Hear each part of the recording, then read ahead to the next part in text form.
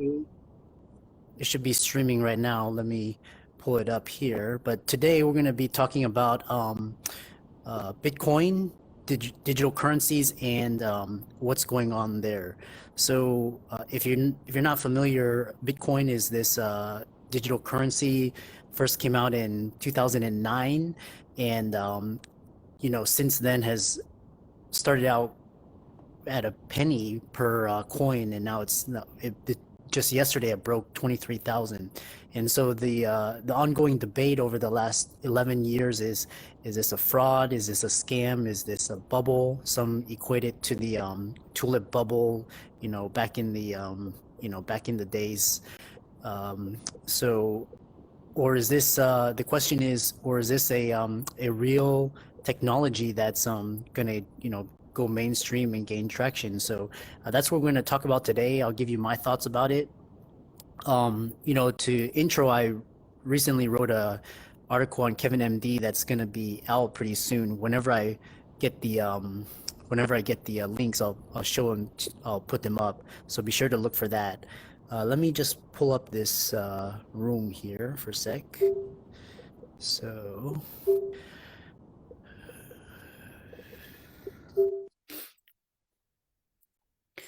the question has always been what's been going on through because Bitcoin had a rise, and it's gone through two winter bear markets, and so people are saying that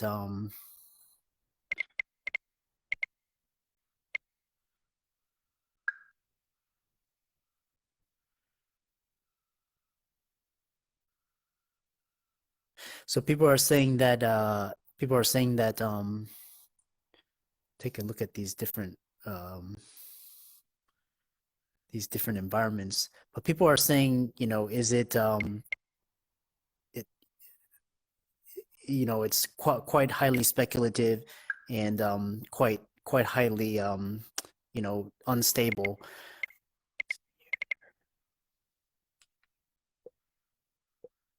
So whoever's tuning in, welcome. Let me just go back to my apps here. Um,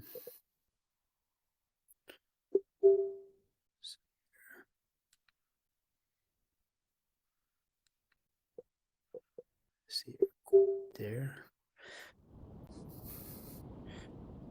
I'm gonna pull up my browser here.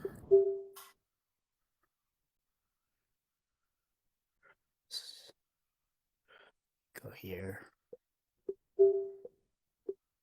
and let's go.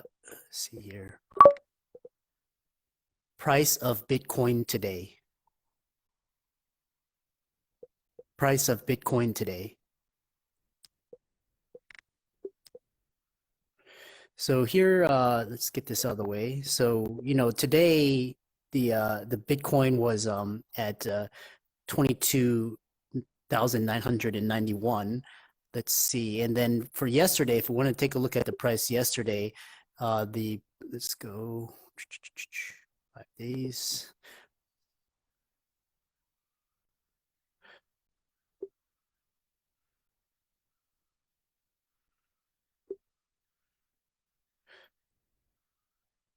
So yesterday, had a high of about 23,000. But what's significant about this is that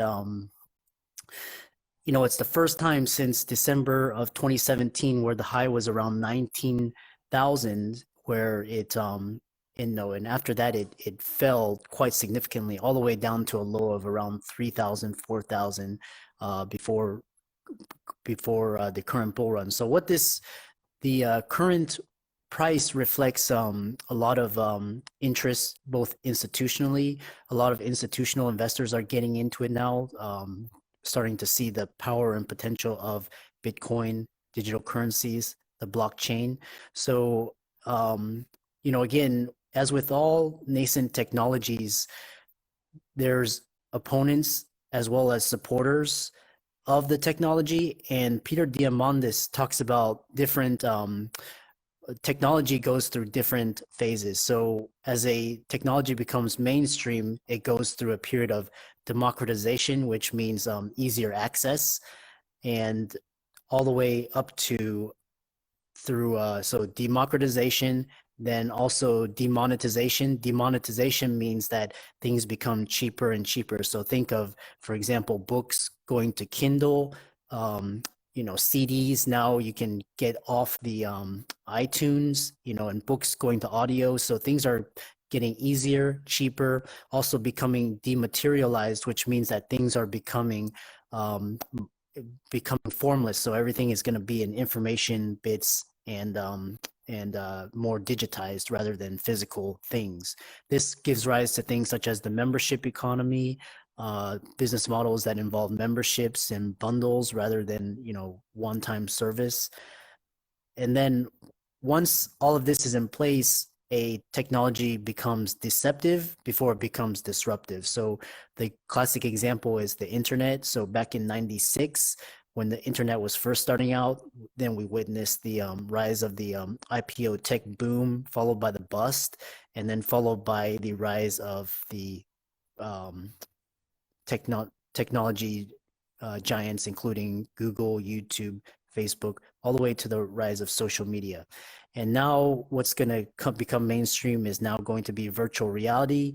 It's going to become things such as artificial intelligence, the wearable devices, the Internet of Things, streaming video. All of this is going to get augmented by automation, artificial intelligence, as well as quantum cloud computing. And so what that means is that the pace of change and acceleration will be faster and faster. So, pretty soon we're going to start seeing autonomous driving vehicles, self-driving vehicles. So, the Gen Zs and the generation after that may not even need driver's license. So we'll start to see that. I remember the first time I ever saw a Tesla on the road, and that Tesla was now these days you see Teslas almost at every street corner. So that's how technology usually comes. So how does this relate to Bitcoin? So Bitcoin is one of those technologies. It's a digital currency. It has a lot of potential applications as well. And it's at first it was deemed a fraud, a scam, something that was going to go to zero.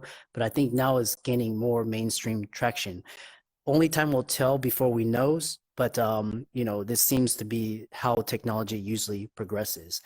How does this relate to digital currencies? Well, Bitcoin and digital currencies as a whole are among the first applications of what we call blockchain technology. And I describe the blockchain in my upcoming Kevin MD article. So for those of you that are tuning in right now or that are going to watch, stay tuned for my Kevin MD article on the blockchain and what it means for the future of healthcare. It's going to revolutionize the healthcare industry, apart from all the regulations and all of the administrative burdens, much like the internet revolutionized the way we learn, the way we interact, the way we communicate, the way we get information. The blockchain is going to do that, but plus even more. So also notice that the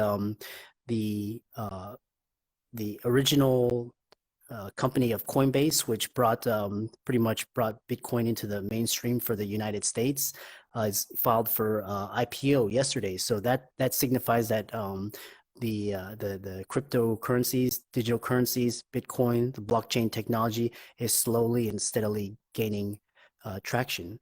So I hope you enjoyed this.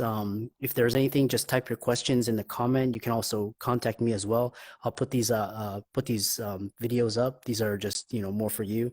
And stay tuned for next week. So and stay tuned for my my upcoming video or my upcoming article on Kevin MD. So till then, have a great weekend. The Christmas holidays are up, so I hope all of you are enjoying that. And we'll see you next week.